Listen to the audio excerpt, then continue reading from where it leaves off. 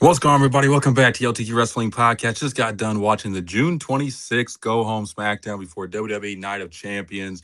A six-match show. I know, shocking. They don't do six-match PLEs anymore. They only do five. But Triple H is trying to cook with this one. Six total matches on the show. They had a lot of hype going into the show. The crowd, look, I don't know what it is. The UK crowds have not been cooking this week. I don't know what it is. On Raw, they weren't very exciting. On SmackDown, they weren't very exciting. Blake Monroe showed up. They didn't really react to her like that. Paige came out. Maybe it was just the audio feed or whatever. Maybe that's a possibility. But it didn't have that UK vibe for the type of show. So I'm joined by QJ today. We just got done watching the show. QJ, what do you think of this week's SmackDown? Sweet SmackDown. It's all right. Segments, a little more intense. But other than that, regular SmackDown. Expected the crowd be a little bit better. You know. Yeah, they weren't really like too hyped for it. Like they was just kind of going through the motions. And don't get me wrong, it wasn't the most exciting show, but it's just like, man, like bring some energy. This is the UK. Uh huh. Y'all barely get these shows. Like, so the show kicks off with Trick Williams and Ricky Saints. They got their big US title match this weekend. Ricky ends up cheap shouting Trick. Lil Yachty and Trick ain't happy about it. They talk about him in a segment and how they're going to retain the championship. Wasn't really too much to say about this segment. I mean, it's just pretty much just them hyping up the match. I see Trick retaining, like I said. I did my prediction video, by the way. Check it out. Night of Champion predictions on the channel. But yeah, it wasn't really anything too out of the ordinary. It was just a kickoff show. Trick gets fans hyped. He always does. His entrance, everything. He's got that aura about him. And I think it'll be a fine match. It looks like they ain't adding Mello to it, which is kind of disappointing. I thought they should have done a triple threat. They always leave Mello out for some reason. I don't know what it is about that. I'd be kind of a little bit mad if I was Carmelo Hayes, but it is what it is there. QJ, are you a little disappointed Mello ain't being added? Because it ain't looking like that's going to happen. Yeah, a little disappointed. Felt could have been a triple threat. You know what I mean? Like to see more of triple threats, fatal four ways. Feel like we always get what I mean, one on ones, and it's basically just one on ones. No, sometimes no stipulation, all that. Yeah, they don't really do Like too change the many match different types, you know things. what I mean? Make this a last man standing. I don't know, something. Just to feel like, how we used to play, be playing the game all the time. How we used to play it. You see all these matchups, then you look like, bro, we rarely see this on the shows. Yeah, we Like what rarely see happened to him? tables. None of them like tables. I mean, they are doing a steel cage, but that's like the only other match they do at the time is steel cage and ladders. So we'll see how it goes. Solo's group is done. Him and Tamatonga and Tonga, or Talatonga, I should say, are done as a group. They end up leaving him. And it should be interesting what the direction of all three of these guys are going to be. It seems like they're very high on Talatonga. They've been putting them in programs. They had them do a backstage segment with, what's it, Damian Priest? Trying to think who it was. I'm having a brain fart for a minute. They had oh yeah, it was Finn Balor. That's who they had a Then backstage yeah. segment with. Finn Balor. He talks to them a little bit. They had some history in Japan. Him and Tonga Loa or Tamatonga. I always get those two mixed up every time. Tamatonga. They have a history in New Japan. And Finn, they're trying to give him something different on SmackDown. We'll see what the plan is going for him. It seems like that's going to be involved. And then Solo is now on his own. And I mean, QJ, what do you think's next for Solo? Do you think they're going to have him in LA Knight eventually team up? We'll get in that segment here in a little bit, but what do you think kind of should be the direction of Solo? Do you think he should go back to the bloodline, do his own thing for a while since he's not in this group? Since they broke up the group, I guess. I don't know. I guess just have him do his own thing for a while, and we'll see how that goes. And I guess if it don't work out, just I guess go back to the bloodline. You know what I mean? Like you said, they just need a new change of everything. You know what I mean? New Yeah, it's story, kind of going through whatever. the motions. Solo, I mean, I had so much hope for Solo in the beginning. I mean, he beat Cena. He was the big Mm-hmm. bodyguard in the bloodline. There was a lot of like hype into him. And then Jacob Fatu showed up, and I guess they realized like Jacob's just much more talented. Me and Tears did talk about that. Like Jacob Fatu is a more talented Solo. Hopefully he gets something. I mean, he's a talented guy. He's fun. He's got a good sense of humor. If they let him be him, I think he'd be very popular still. We'll just have to wait and see. I mean, I don't have hope with WWE with Solo anymore, but I say that with a lot of the people on the roster. Ray Phoenix defeated Nathan Frazier, and I saw like a clip of this on Twitter, and they were cooking during this match, like very high paced. These are two cruiserweight type guys, very fast paced, and the crowd was just like dead during it. I saw on like Twitter, and we watched it a little bit. I'm just like, damn, like where's the crowd's energy? Like these two guys are out here like put on a show and they just didn't care. Like, and then people wonder why WWE don't care about wrestling. The crowd Mm-hmm. don't make it very easy to. So It's good to see Ray Phoenix holding a Triple A championship, though. I've been trying to keep up with Triple A a little bit more because after seeing that El Grande against the original El Grande match, it definitely piqued my Amazing. interest a little bit. But like, it's good to see Ray Phoenix holding a championship because ever since he got WWE, Penta's been the one very successful, and he's been one of those guys that sit on the sidelines. So hopefully, he keeps that up. Nathan Frazier's also a very talented guy. Him and Axiom, unfortunately, have not done a whole lot on the main roster because they don't give a damn about tag teams. Hopefully, they start cooking a little bit. But these two, from what I saw, had a good match, and the crowd was just for whatever reason not into it, and sucks to see. So LA Knight and Solo had a segment. LA Knight and him talk about the bloodline, and LA Knight, he's been involved with the bloodline heavy lately. Every segment he has is talking about the bloodline. I don't know why he's so invested in it, but him and Solo have a back and forth. Solo says he don't have no family, he don't have the bloodline. He hated his time in the bloodline. He regrets it, and LA Knight still is a little hesitant to trust him. He said every time I trust one of you bloodline members, I get screwed in the end. I get my back turned on you. I've already heard it day one ish, all that taking shots at Jay, and he declines the invite and walks away. So, QJ, are you interested in this LA Knight and Solo thing? Do you think they're eventually going to turn into a team? We know how WWE is with throwing random people in groups and teams. Do you see that being a possibility here? Yeah, they had that segment. Yeah, so LNI declined them for right now, but you know, throughout the weeks, I can see them teaming together, attacking the bloodline. Guess forming a what if type of group. You know what I mean? Get some more people. Yeah, I can see that with Royce Keys also being part of it. Him and Solo have kind of been going back. Uh-huh. Maybe they have like a three group or something. Who knows? They need something for those guys to do. So I guess it's something. But man, LA Knight it just has no direction right now. It's a shame. They had Paige against JC Jane. Not really too much to say about this match. Paige got a little bit of a hometown pop. She gets the one with the roll up. Cardona and Danhausen versus Los Garza. Again, not much to say. Not much This to is say. Yep.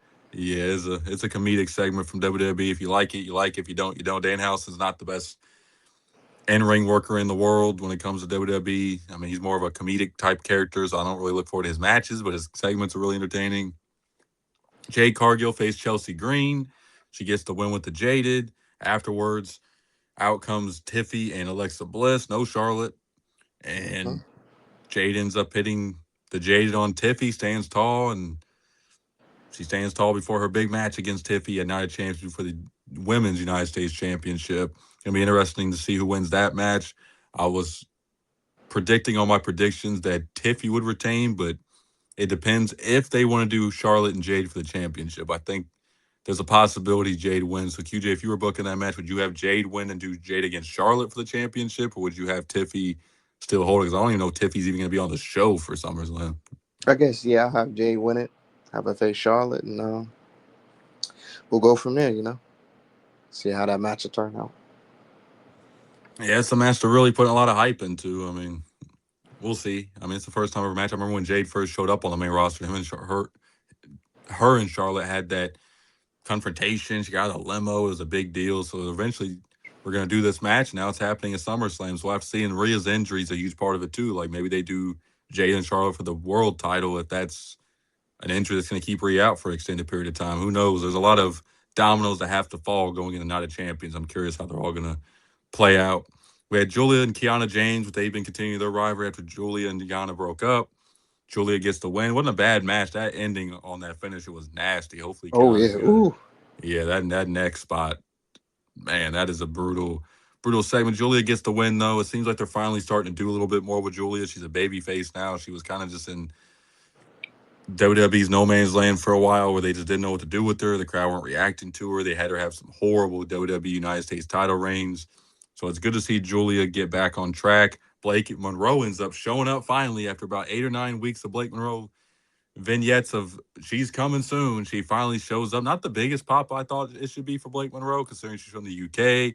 She's pretty well known in that scene, but she ends up attacking Julia. So it seems like we're going to get a Julia and Blake Monroe feud. QJ, do you have any hope for Blake Monroe? I know we watched some of her work with Tony Storm in AEW, Mariah May. She's very, very good. One of the most attractive women, by the way, there is. But like, do you have hope WWE's going to do anything with Blake on the main roster? Uh, we know how WWE is. You'll see her appear for a while, and after a while, you forget you're even there. I don't know, man. They don't be.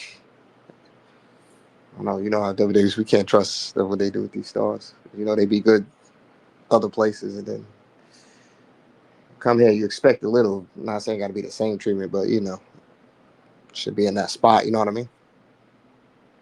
Yeah, especially when you're like a big name. It's like, and plus I need more, challengers for Rhea on They SmackDown. need. I think Blake would be a good challenger eventually. I don't know about yet, but like I do think eventually she could get there. I'm a big fan of hers. A lot of people are. She can kind of do it all. She's a great wrestler, great storyteller. Her and Tony Storm probably not even probably they had the greatest women's story in AW Hmm. history. I don't even think it's gonna be topped. So I don't know how much hope I have with WWE. Their booking has been all over the place lately, especially with a lot of these champions and segments and stuff. It's just been all over the place. So we'll see. So we got the main event segment hyping up their matches, two matches heading into Saturday's Night of Champions show. Cody comes out. He says, I believe London. What do you want to talk about? Before he even gets started, out comes Sami Zayn. Sami Zayn says to all my ride or die fans in the UK, like he always says, and he says he's the last good guy around. He has a shirt that says it. He regrets costing Gunther the match, fast counting him. He regrets taking out Cody with the championship. And Cody yells, enough. He's had enough of Sami saying all this nonsense. He said, you're happy all this happened. You're in a title match, triple threat. I don't even have to be pinned to lose. You're in a country that loves you. All this other stuff. This is exactly what you wanted, Sami. Don't deny it. And he says, you want to play the victim. Don't play the victim. You're not a victim. He brings up Kevin Owens, which got a good pop. He says, Kevin Owens want to stab me in the front, not the back.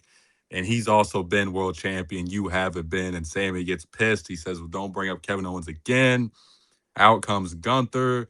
Gunther says, what is this all going on with this? Who betrayed who? Friends, not friends. He's going to walk out champion, and he should have already been champion. If it wasn't for Sami, he would have beat Cody. Sami was right about that. A lot of back and forth here. And then OJ Uso comes out. The Yeets start. He's out here. He's talking about how he's going to win King of the Ring. Him and Sami have their history. Him and Cody have their history. Then him and Gunther have a stare down. And he says, Gunther, I kind of want you to win so I can tap you out like a little bitch like I did at WrestleMania. And then Gunther gets pissed. They brawl for a little bit. And then we have Cody and Jay standing face to face before Oba Femi comes out.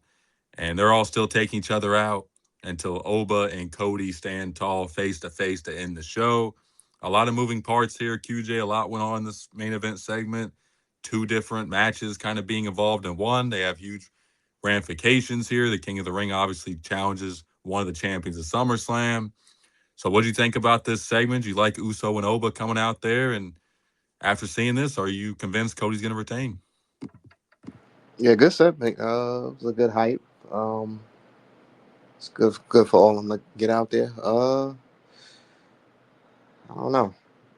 Looks like we might be seeing Cody retain. I don't know. It's like, but it needs to be a what if moment. I mean, like a swerve. I don't know. Maybe Cody should lose, but I don't know. I have a feeling he gonna retain. As you saw that stare down. I know the stare downs don't mean much until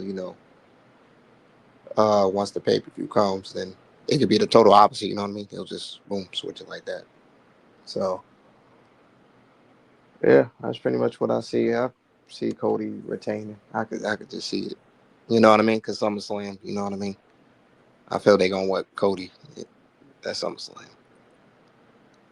So, in my prediction video, and I definitely could see Cody winning. I predicted Cody winning, but I also wonder, like, are they going to have the King of the Ring winner challenge Roman? Because they had them both out there to confront Cody and these three now. So does that mean they're going to challenge the winner at that match? If that's the case, what is CM Punk going to do when he comes back? Because there's been a lot of reports about him and Cody having a match at SummerSlam. Could they have Cody drop the belt and him and Punk do a non-title match? I feel like you could get away with that potentially. Right. Yeah. Could you have Sammy or Gunther win, and you do maybe Brock cost Oba, and then you do Jay against Cody or Jay against Sammy, and then you do CM Punk against Cody in a non-title match? There's a lot of moving parts, which has me interested to see what they're going to do. Because Punk's supposed to come back by SummerSlam, so he's going to be doing something at the show. I just don't know what with Cody. Randy Orton's supposed to be coming back soon. Does he show up? What is he going to be doing? So it's like SmackDown's interesting in that sense of like what everybody's going to be doing. But like, I don't know. I don't know what they're exactly going to do with Cody and Punk. If I don't know, there's a lot of moving parts. Them having Oba and Jay coming out here during this segment really made me rethink it because why are they out here for this? And if they're going to challenge Roman, you know. But Oba did do a segment on Raw saying he's going for Roman too. So I guess he's kind of making it where he's going to go after both. I don't know. It's going to be interesting Night of Champions. I'm curious what they're going to do. And this SmackDown was about your typical WWE SmackDown. It wasn't the most exciting show. The crowd was all right. Pretty much your go home hype show for Night of Champions. Hopefully, you guys enjoyed our review for it. Make sure to like and subscribe for more LTQ Wrestling podcast content. Comment your thoughts down below. Who do you think is going to win? Are you a Cody believer, a Sammy believer, or a Gunther believer? Let us know in the comments. As always, appreciate the support. Peace. Peace.